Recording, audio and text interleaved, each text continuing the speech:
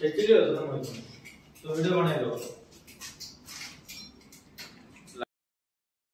दोस्तों, मैं गणेश पाटीदार अपने YouTube चैनल पाटीदार से आज एक कुछ बड़ा एक सॉफ्टवेयर है उसका हम लेके आए हैं। एक जिसमें हम ऑटोमेटिक कर रहे हैं। पहले भी ऑटोमेटिक था, कस्टमर का कहना है।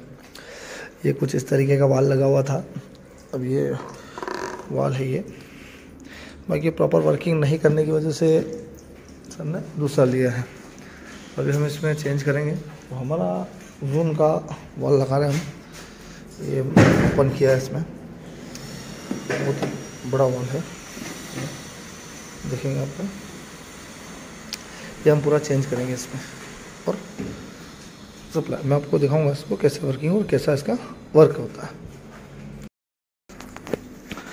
इसको अलग करने के लिए या पूरा मल्टीपोर्ट वाल को अपने वहाँ से अलग करने के लिए बहुत सिंपल सा प्रोसीजर है। ये दोनों कनेक्टर कभी खोलने नहीं पड़ते हैं। ये लॉक है, इस लॉक को अपने को ऊपर खींचना है, इससे बाहर आता है और इसी वजह इसको पूरा खींचेंगे बाहर तो आ जाएगा घुमा के।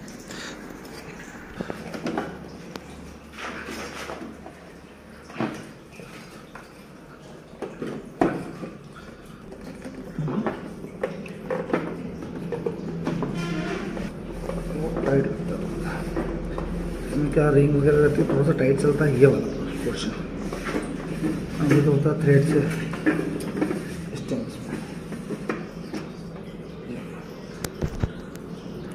इस तरीके से इसका सर्कल लगता है।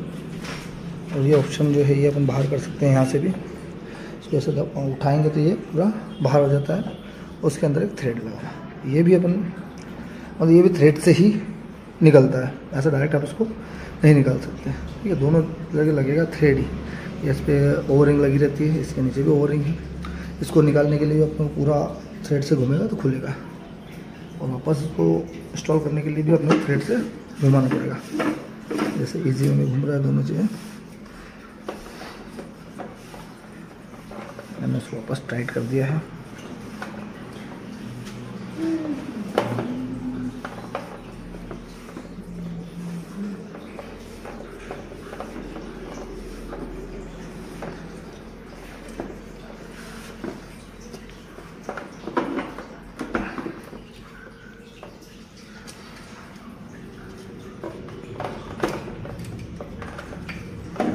ये हो गया अपना कट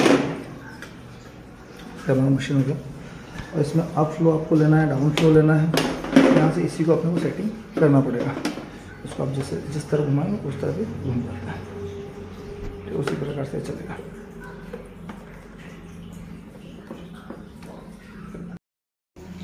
ये हम इसको यहाँ से निकाल देंगे। सर्कल भी पकड़ के, जैसे कभी लॉक होता है नहीं निकल रहा है, इसको पकड़ के अपन इससे भी निकाल सकते हैं। इसको भी ऑप्शन अपन लोड लेने के लिए यूज़ कर सकते हैं। ठीक है, ये अपना यहाँ से इससे निकालना है पूरा।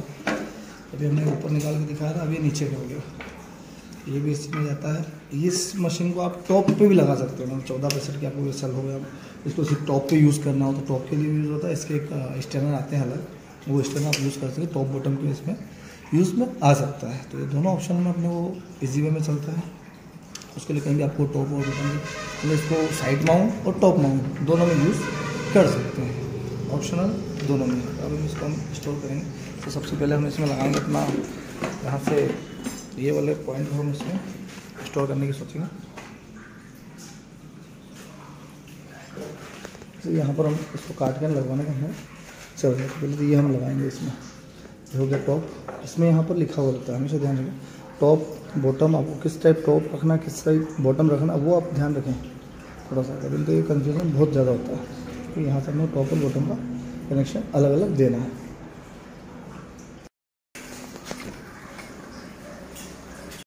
आपको बता दिया था खोलना और उसको कैसे किस तरीके से कनेक्ट होना है, और मैंने अभी इसको कनेक्ट भी कर दिया है।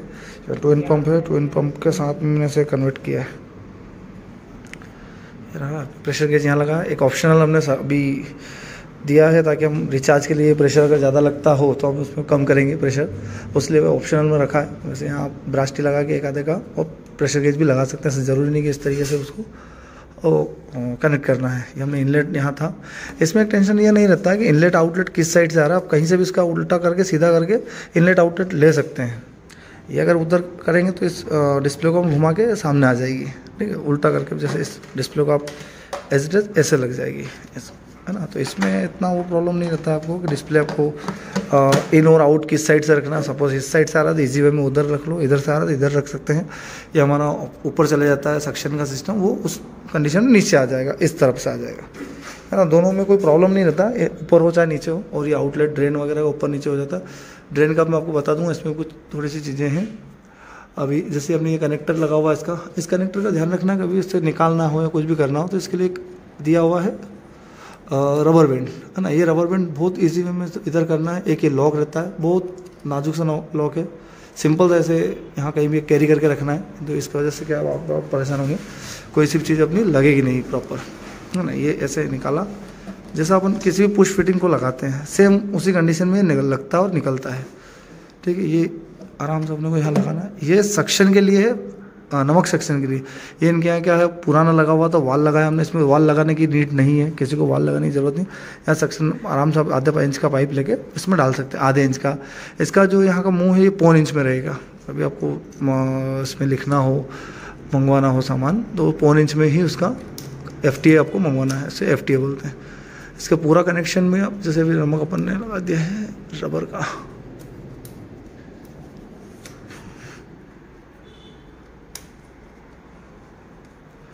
ठीक है। ये हो गया कंप्लीट।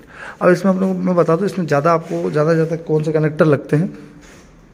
ये 2 इंच का रहता है, 2x2 का FTA लगेगा, 1 इंच का FTA लगेगा मेन, तो एक इधर 1.5 इंच का FTA लगता है यहाँ पर, और 2 इंच का भी लग जाता है, दोनों ऑप्शनल है। उसके साथ एक कनेक्टर दिया हुआ है। तो मैं बताऊँ आपको कौन सा बेनिफिट वाला रहेगा। ये दोनों चीज़ें हैं। और यहाँ 2 इंच का है, ये 2 इंच का है। इस 2 इंच में अपने को यहाँ FTA है, यहाँ हमने 2 से 1 का करके कनेक्शन दिया। सिंपल सा सीधा सा, यहाँ भी 2 इंच का लगेगा आपको कनेक्टर। यहाँ भी हमने FTA लिया है।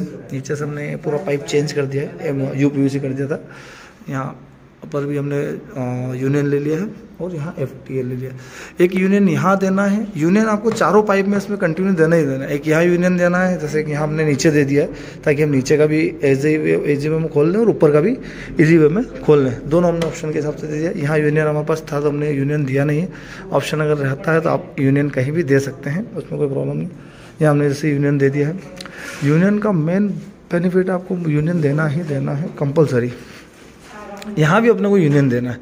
मैंने यहाँ यूनियन नहीं दिया, इसको यूनियन में लगवाऊंगा बाद में। बाकी अभी यहाँ आपको यूनियन देना। सिंपल इसका कनेक्शन ये आता है, ये एडाप्टर इसके साथ में आता है, और इसके साथ अलग से एक और कॉर्ड आती है। सेकंड अपना इसका जो रोटामीटर सिस्टम है यहाँ आता है, ठीक है। ये इस तरीके से ये इनलेट आउटलेट में लगता है।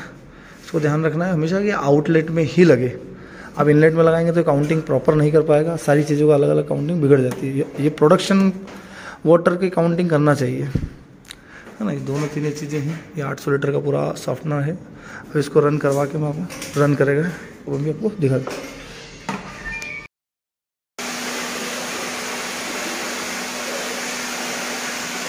ये पूरा कंप्लीट चल गया है। तो इसकी सेटिंग्स भी कोई ज़्यादा चेंजेस नहीं आती है, सब में सेम टू सेम सेटिंग्स की है। चलो ये जैसे अपना सेटिंग इसकी है, लॉक ओपन किया अपन ने 3 सेकंड प्रेस करने के बाद ये प्रेस करना है, मेनू कन्फर्म इसे बोलते हैं। और ये अपना प्रेस किया B1 001, ये तो दोनों ऑप्शन जो अपना छोटे मल्टीपोर्ट वाल में भी आता है उसके लिए ही है। 15 दिन H115 है इसमें, मतलब कितने दिनों में अपने को उसको रिचार्ज पे देना है वो इसका ऑप्शन आ गया। इसका 6 वाला पॉइंट जो है अपन इधर चलते हैं सर, इसे टाइमिंग आ गया है ना, कितने बज के कितना मिनट हो रहा है ये आ गया। ये A03, A01, A02 करना हो तो A02 अगर आप करेंगे तो जैसे ही पानी का फ्लो खत्म हुआ और इंस्टेंट रिचार्ज ले लेगा। A04 में भी इंस्टेंट रिचार्ज ले लेता है, दोनों का ऑप्शनल यही है, A04 और A02। और A01 और A03 में यह लेता है लेट नाइट को लेता है, मतलब अपना जो टाइम डालता है उसी टाइम से चलेगा, ठीक है। ये नाइट को 2 बजे हमने डाला, 2 बजे रात को ही लेगा। ये 700 लीटर इसके अंदर रेजिन है, वो मैंने काउंट करके डाला है। इसकी जो हार्डनेस है यहाँ पर 500 है, वो हमने डाली है MMO एल जो आता है ये इसमें 50 पे जाता है, मतलब वाई डी करके जो आ रहा है इसमें 50 हार्डनेस डलती है। ए एल करके जो आ रहा है ये इसमें रीजन अपना कितना रीजन अपन ने डाला वो है। और अपने यहाँ से चलते हैं, वो मैंने सेटिंग करके देखा तो वो आप उस पर ना डाला, आप जो सेटिंग कंपनी से आता है उसी से चलो। अपने को सिर्फ ये करके चलना है, जैसे ये बैकवॉश का कर दिया 10 मिनट, ये 60 मिनट, ये जो एक्स्ट्रा टाइम दिया 4 नंबर का, ये किसी अदर मल्टीपोर्ट वाल में नहीं, बस इसमें ही ये सिर्फ इसके लिए है। जैसे इसने सक्शन कर लिया 60 मिनट नमक, उसके बाद जो एक्स्ट्रा एक्सेस नमक है उसको बाहर करने के लिए ये उसी प्रोसेस पे जाके ही करेगा। तो उसके लिए आपको इसमें भी 10 मिनट 5 मिनट जरूर क्यों डालना, वो डाल के रखना है। फिर अपना 5 मिनट इसका बैकवॉश टाइम आ गया। और सबसे लास्ट में आता है वापस सॉल्ट टैंक को रिफ़िल करने का प्रोसेस।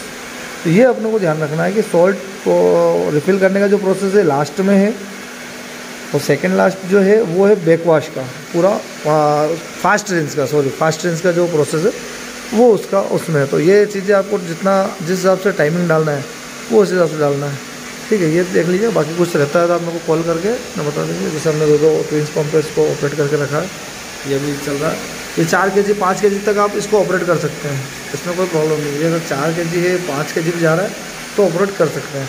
हमने इसमें सिस्टम ये लगाया, बाकी और आपको पूरा प्रॉपर वर्किंग में दिखा देंगे।